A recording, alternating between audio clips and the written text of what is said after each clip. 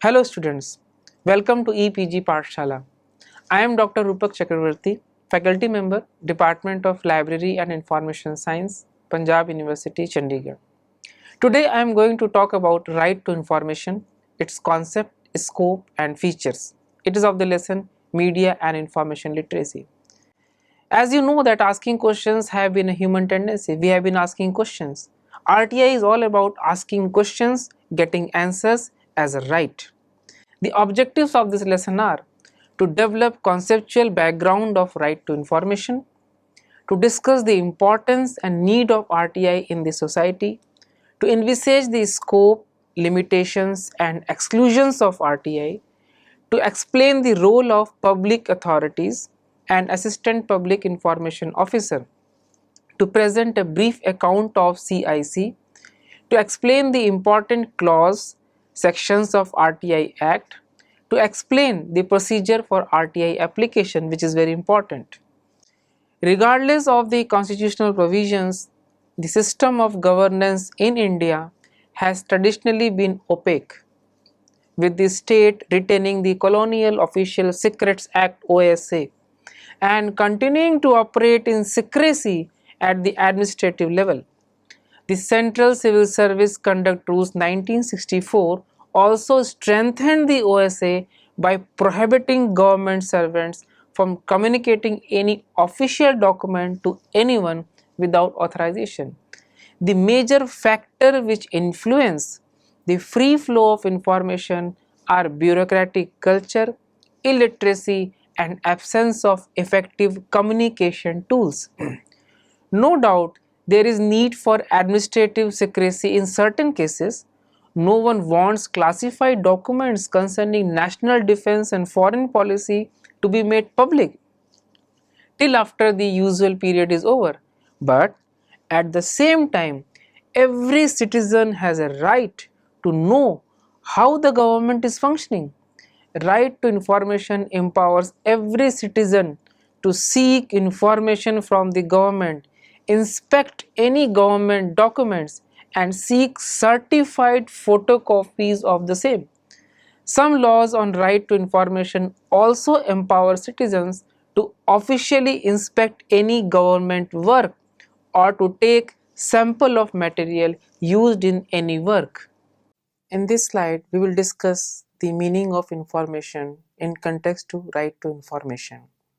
We have already understood and studied the DIKW model, which says that data, information, knowledge and wisdom.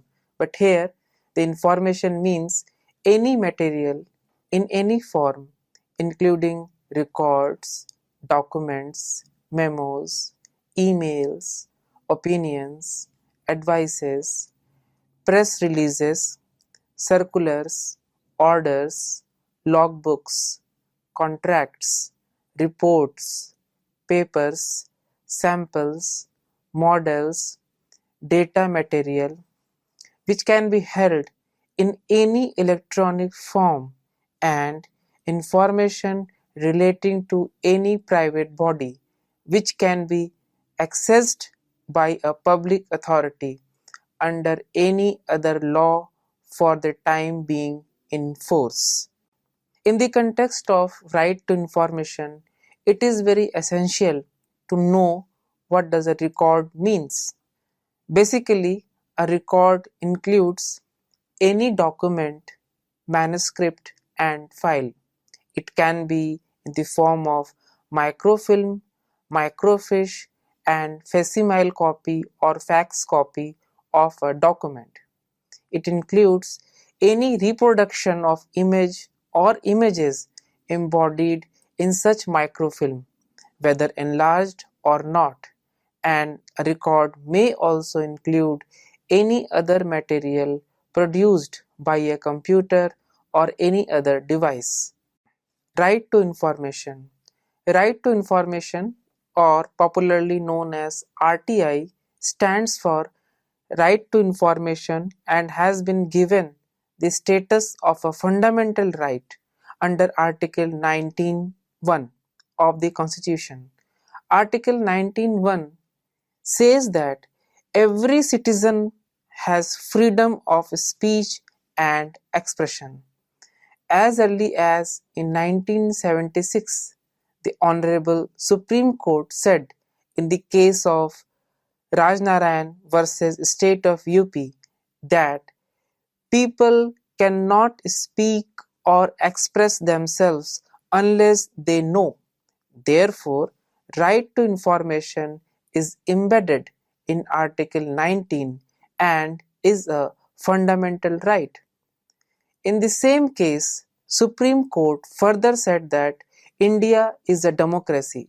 People are the masters. Therefore, the masters or the people have a right to know how the governments mean to serve them are functioning.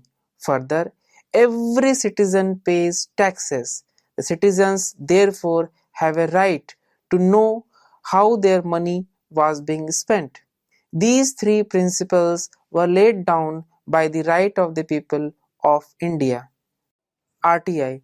Dear students, let us now understand the basic concept of right to information, that is RTI. RTI as an act came into force on 12th October 2005. The objective of the act was revolutionary when seen in the Indian context, as it opened all official departments across the country to public scrutiny. RTI mandates timely response to citizen requests for government information. The RTI Act 2005 provides effective access to information for the citizens of India, which is under the control of the public authorities. It promotes transparency and accountability in the working of every public authority.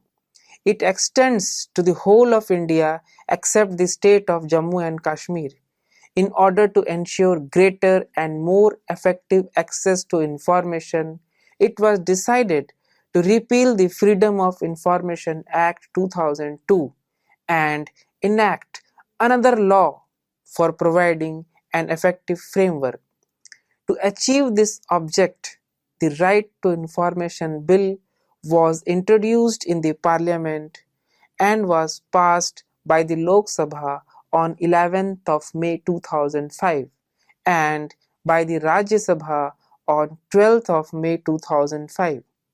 It received the assent on 15th June 2005 and it comes into force on the 12th October 2005, that is the 120th day of its enactment on 15th June 2005. It came on the Statute Book of the Right to Information Act 2005.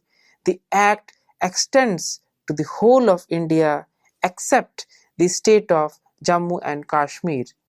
The Right to Information Act empowers citizens. In this diagram, dear students, it is shown that how RTI can empower citizens and make them enabler.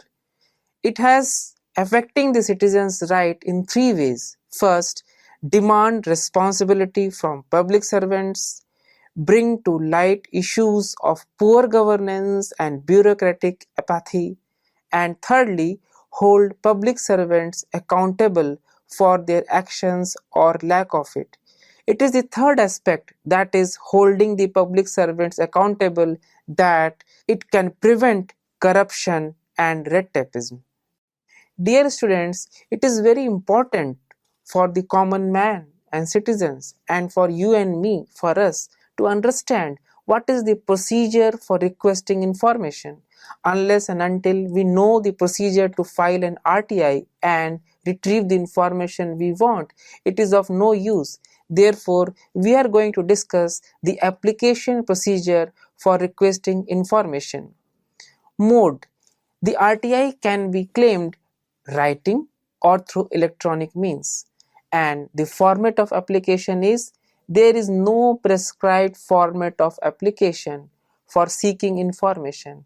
The application can be made on plain paper. The applications should, however, have the name and complete postal address of the applicant. As far as the language of the RTI application is concerned, it allows that English or Hindi or in the official language of the area, which means that language is not a barrier in asking for RTI. It is also to be noted that reason for seeking information under RTI is not mandatory and it is not to be given. However, if a person who wants to retrieve information through RTI finds it difficult, there is a provision of assistance available to the applicant for filing RTI application. The assistance means if a person is unable to make a request in writing, the Public Information Officer or PIO should render him reasonable assistance. When a decision is taken to give access to a sensorily disabled person to any document, the PIO shall provide such assistance to the person as may be appropriate for inspection. As far as the fees is concerned, the fees should always be reasonable and it is always required by the organization to prescribe the fee. The fees may be 10 rupees also. If further fees are required, then the same must be intimated in writing with accurate calculation details of how the figure was arrived. Not applicable for citizens below poverty line. That means there is no RTI fees for the BPL category. Application must be provided information fee of cost if the PIO fails to comply with the prescribed time limit. As regarding the time limit of RTI, suppose a person files an RTI, from how much time the person shall wait to receive the information? Normally, the duration is of 30 days from the date of application. But if the case is of life and liberty, the matters which involve life and liberty, the time limit for the Public Information Officer or PIO to provide information is 48 hours. 5 days shall be added to the above response time in case the application for information is given to Assistant Public Information Officer, that is APIO. If the interests of a third party are involved, then time limit will be 40 days maximum period plus time given to the party to make representation. Failure to provide information within the specified time period is deemed refusal.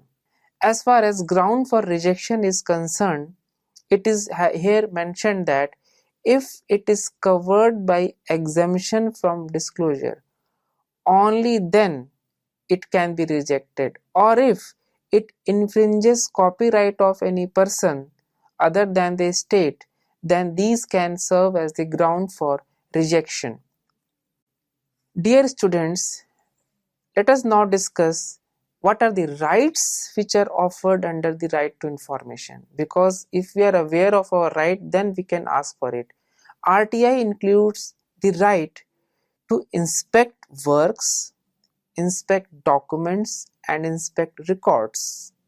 Under RTI, it is allowed to take notes, extracts or certified copies of documents and records. Here, the permission is also given to take certified samples of material. RTI also includes the right to obtain information in form of printouts or discs. Dear students, let us now discuss the main objectives of RTI Act.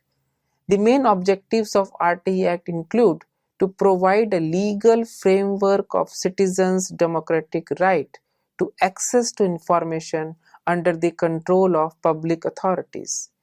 The aim is to promote transparency, which shall ensure accountability, harmonize conflicting interests and priorities in operations of government and use of resources. It includes realization of human rights and practice of revelation of information to preserve democratic ideals. The objectives also include to promote accountability in the functioning of every public authority, there be reduced corruption. It also includes better record keeping and decision making. Dear students, we are talking of RTI, but we also must remember that there are certain traditional practices of verbal communication. Let me tell you that government offices have been providing information to people on the basis of their oral request in the past. With the coming of RTI, there is no such mandate that the government will stop doing that. No, there is no need to discontinue the conventional and informal practices of giving information upon oral or verbal request. The RTI Act does not put an end to such practices. If information can be given without delay upon oral request, it is better to give such information to the requester rather than require him or her to put in a formal application. This will also help in reducing paperwork of the public authority in addition to saving time. Dear students, let us discuss a very crucial aspect which is called voluntary disclosure. Why providing information only after it has been asked? Is there any other way out? Yes. There is a procedure of voluntary disclosure which will minimize the workload, reducing the workload. If public authorities disclose certain information which is important to the public voluntarily at every level of operation systematically, it will reduce the workload of officials and public authorities with regard to the requirement of providing information on request. This is because the information which is regularly needed by the public can be accessed by them without the need of going through a process of making specific request and then waiting for the information to be received. Dear students, it becomes very essential to know who are the public authorities to whom we may file the RTI application. The RTI Act defines a public authority as any authority or body or institution of self-government established or constituted by or under the Constitution, by an other law made by the Parliament, by any other law made by the state legislature, by notification issued or order made by the appropriate government, and includes any body owned, controlled, or substantially financed. Non-government organizations are also included, which are substantially financed directly or indirectly by the appropriate government. Let us discuss what are the obligations of public authorities. Public authorities cannot deny, cannot refuse the RTI, and they have certain duties to be performed. These obligations are: it shall publish within 120 days of the enactment the particulars of its organization, its functions and duties. It shall publish the powers and duties of its officers and employees. It should publish the procedure followed in its decision-making process, including channels of supervision and accountability. It should publish the norms set by it for the discharge of its functions. Students, as you know that it is almost mandatory for the public authority to provide information under the RTI Act. Now the question is, what are the obligations on the part of this public authority? The public authority has to do certain tasks, and those are the rules, regulations, instructions, manuals and records used by its employees for discharging its functions. That has to be provided under RTI. A statement of the categories of the documents held by it or under its control. The particulars of any arrangement that exists for consultation with or representation by the member of the public in relation to the formulation of policy or implementation thereof. A statement of the boards, councils, committees and other bodies consisting of two or more persons constituted by it. Additionally, information as to whether the meetings of these are open to the public or the minutes of such meetings are accessible to the public.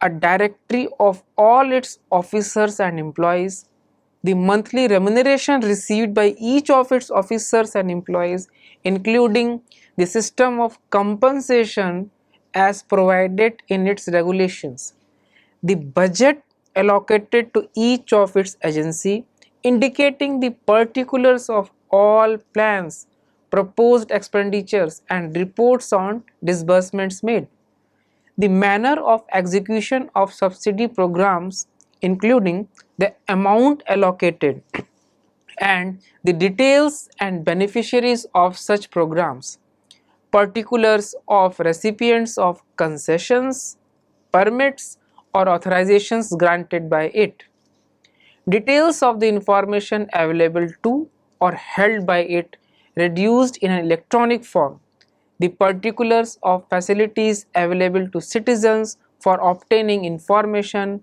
including the working hours of a library or reading room if maintained for public use, the names, designations, and other particulars of the public information officers. Students, let us now discuss who are the public information officers.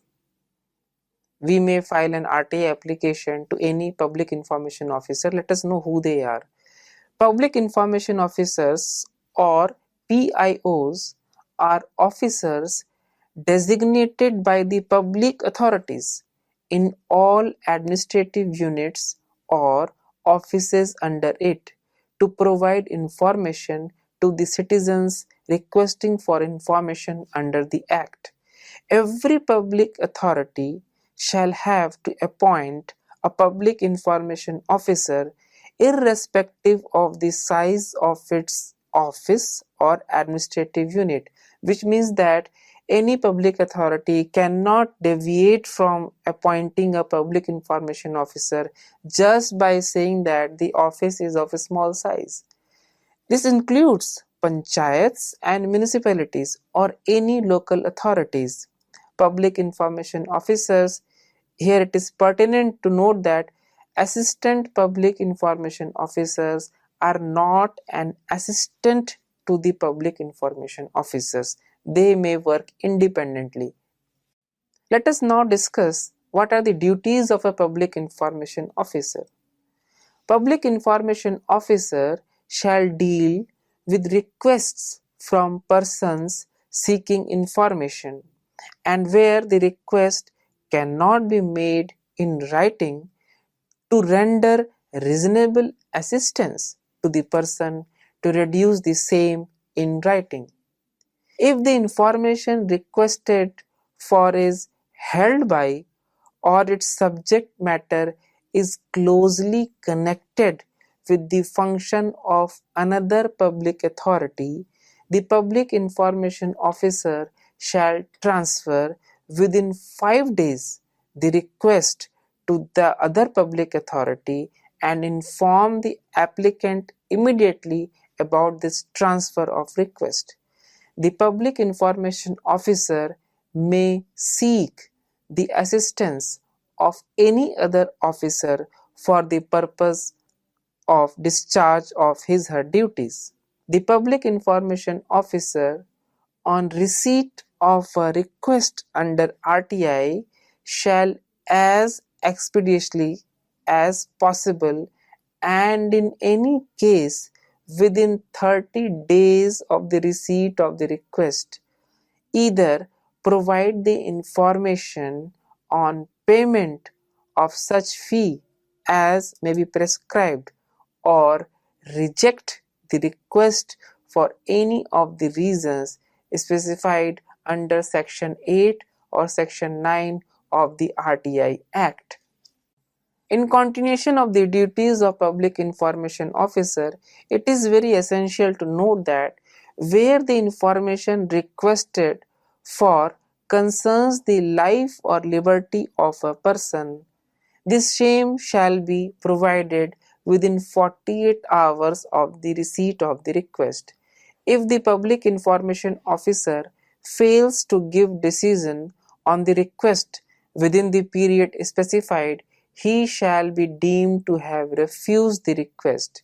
Where a request has been rejected or refused, the public information officer shall communicate to the requester three things, which include the reason for such rejection, the period within which an appeal against such rejection may be preferred, and thirdly, the particulars of the appellate authority to whom the next appeal can be made. The public information officer shall also provide information in the form in which it is sought, unless it would disproportionately divert the resources of the public authority or would be detrimental to the safety or preservation of the record in question. Dear students, let's discuss the very important concept of exemptions. You cannot file RTI and expect all information, which means that all types, all nature of informations are not covered under RTI. The RTI Act has provision of certain exemptions for disclosure, which includes information disclosure of which would prejudicially affect the sovereignty and integrity of India, the security, strategic, scientific or economic interests of the state, relation with foreign state, or lead to incitement of an office are to be exempted. Information which has been expressly forbidden to be published by any court of law or tribunal, or the disclosure of which may constitute contempt of the court, are to be exempted. Information, the disclosure of which would cause a breach of privilege of Parliament or the state legislature, are also to be exempted. Other exemptions include information regarding commercial confidence, trade secrets or intellectual property, the disclosure of which would harm the competitive position of a third party, unless the competent authority is satisfied that larger public interest warrants the disclosure of such information, also to be exempted from disclosure under the RTI Act. Other exemptions from disclosure under the RTI Act include information available to a person in his fiduciary relationship, unless the competent authority is satisfied that the larger public interest warrants the disclosure of such information. Information received in confidence from foreign government is also considered under exemption from the disclosure. Information, the disclosure of which would endanger the life or physical safety of any person, or identify the source of information or assistance given in confidence for law enforcement or security purposes, are also exempted from the disclosure. Continuing with the exemptions of disclosure, we may say that information which should impede the process of investigation or apprehension or prosecution of the offender are to be exempted. Cabinet papers, including records of deliberations of the Council of Ministers, Secretaries, and other officers, are also exempted. Information which relates to personal information, the disclosure of which has no relationship to any public activity or interest, or which would cause unwarranted invasion of the privacy of the individual, cannot be asked under RTI, as they are exempted. Notwithstanding any of the exemptions listed and discussed ago, a public authority may allow access to information if public interest in disclosure outweighs the harm of the protected interests. Students, let us now discuss the status of Public Sector Unit or PSU in the context of right to information. The RTI Act says that the public sector units that is PSU fall within the category of public authorities. Even if the law constituting a PSU does not allow disclosure of certain categories of information, the RTI Act 2005 overrides any such law in existence. Hence, the designated public information officer for the organization under question has to provide information. However, if an applicant seeks information that includes commercial confidence, trade secrets, or intellectual property rights that are IPRs, etc., the disclosure of which will affect the competitive position of that public sector unit, such information may not be given unless there is a larger public interest involved. Questions have often been asked and discussed regarding the annual confidential reports or ACRs which are kept in various offices. According to the RTI, as per the Central Information Commission, the assessment reports by the superior officers are personal and confidential information, therefore exempted under Section 81J of the RTI Act. The Central Information Commission or the CIC maintains the annual performance appraisal reports cannot be shared as they are confidential in nature. Manuals.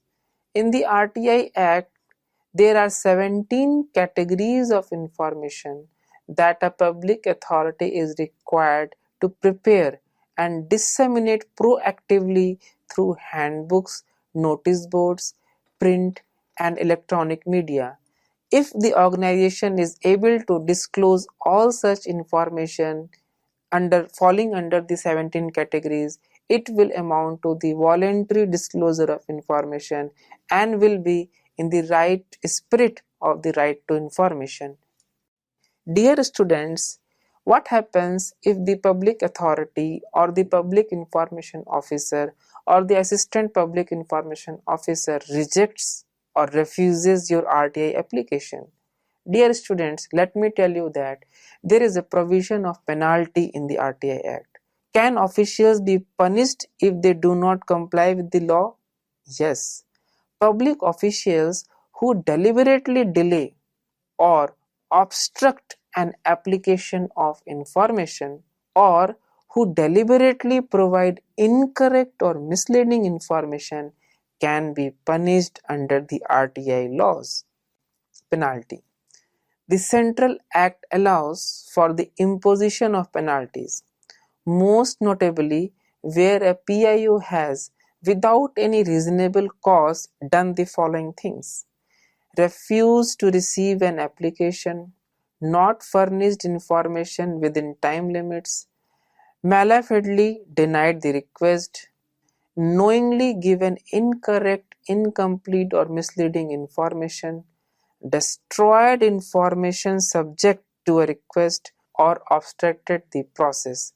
All these types of acts constitute the violation of the RTI Act and call for penalty. Now let us discuss what are the scope and limitations on information sought. There are certain limitations. The Act does not permit rejection of an application simply because it relates to a large number of documents. One cannot deny that. An applicant can ask for 20 to 30 different kind of information in the same application and cannot be asked to apply afresh. So different application for different kind of information, no, that is not required. If the information published under section 4 B of the Act is comprehensive and proper information systems are maintained to enable such publication. Even if an applicant requests for many pieces of information, the same can be provided to the applicant without much difficulty. Appropriate record management system need also be instituted. A PIO can request the applicant to visit his/her office personally on a notified date and time to inspect the required documents or files. Under Section 9, information shall be provided in the form in which it is sought unless it would disproportionately divert the resources of the public authority. The PIO has to determine and justify what constitutes the misappropriation or diversion of resources. If the same kind of information is sought by more than one person, it should be made available to all such requesters. You cannot say that this information has already been given to some person, therefore no more such queries can be made. No. However, it is advisable that such records be digitized as far as possible and uploaded on the internet to facilitate easy access. If the information requested by a citizen has already been proactively disclosed, a PIO cannot refuse to accept the request, and it should be provided to a citizen on request in the available formats upon payment of the requisite fees or charges at rates prescribed by the government. Dear students, let us now discuss a very interesting phenomenon which has been observed under the RTI, what we are facing right now. The concept is of misuse and abuse of right to information, myths and realities. It is inaccurate to assume that some elements may misuse RTI and use the information to blackmail or threaten officers. On the contrary, the Act actually prevents blackmail to honest and sincere officers, as it requires making as much information as possible available with the public authorities in the public domain. An honest and sincere officer need not fear blackmail at all. The strict adherence to the law would facilitate smooth functioning of such officers, as they will be protected by the law. I must share a very valuable information with you. You may find RTI a very effective and powerful act, and rightly said, because we are heading towards the information society where we want the free flow of information and sharing of information. In this context, it is very important for all the citizens of India, citizens of any country, to gain and get awareness regarding the right to information. For you, there is a very good news. There is availability of online certificate course on right to information, which is called RTIOCC. The Department of Personnel and Training, Ministry of Personnel, Public Grievances and Pensions, Government of India has launched an online certificate course on right to information for all. This online certificate course on RTI is launched in association with the Center for Good Governance, Hyderabad.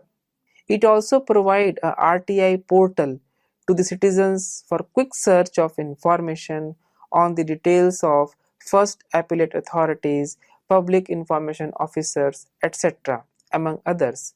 Besides, access to RTI related information disclosures published on the web by various public authorities under the Government of India as well as the state governments. Users can also take up RTI quiz online to test their knowledge on RTI. This online certificate course on RTI are of two types. The first course is a 7-day online course in English, which is introductory in nature. If you want to take up a course in much detail, then there is option of 15-day online certificate course, which is again in English.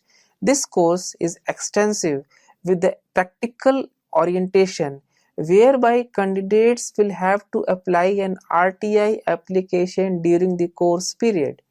The 15-day course period will be based on the principle of learning while doing. Therefore, it is suggested and advised and requested that those who take the 7-day course must follow it up with the 15-day course for in-depth understanding and utility of the RTI Act. Students, let us now summarize and conclude the topic of right to information. We have all understood that right to information paves the way for the information society wherein people enjoy information democracy. RTI strives for right information to the right person at right time in the right spirit at right cost and in right format, which adherence to minimum exceptions, duty to inform, accountability, provisions for setting up systems to maintain records and store information for easy retrieval, reasonable fee structure to obtain information, time limits for providing information. RTI can lead to a corruption-free society where the government, whether it be local, regional or national, are more accountable and transparent with protection of privacy and protection of whistleblowers. Whistleblowers mean an informant who exposes wrongdoings within an organization in the hope of stopping it. However, the wider acceptance to RTI will come through wider publicity and training at different levels. The Right to Information Act is one of the biggest achievement of the Indian democracy. We can also say that the Act, which is one of the most powerful legislations of its kind in the world, is also to the closest of citizens' heart. It has empowered the citizens in an unprecedented manner to participate in nation building by promoting transparency, accountability in the working of every public authority. Thank you, students.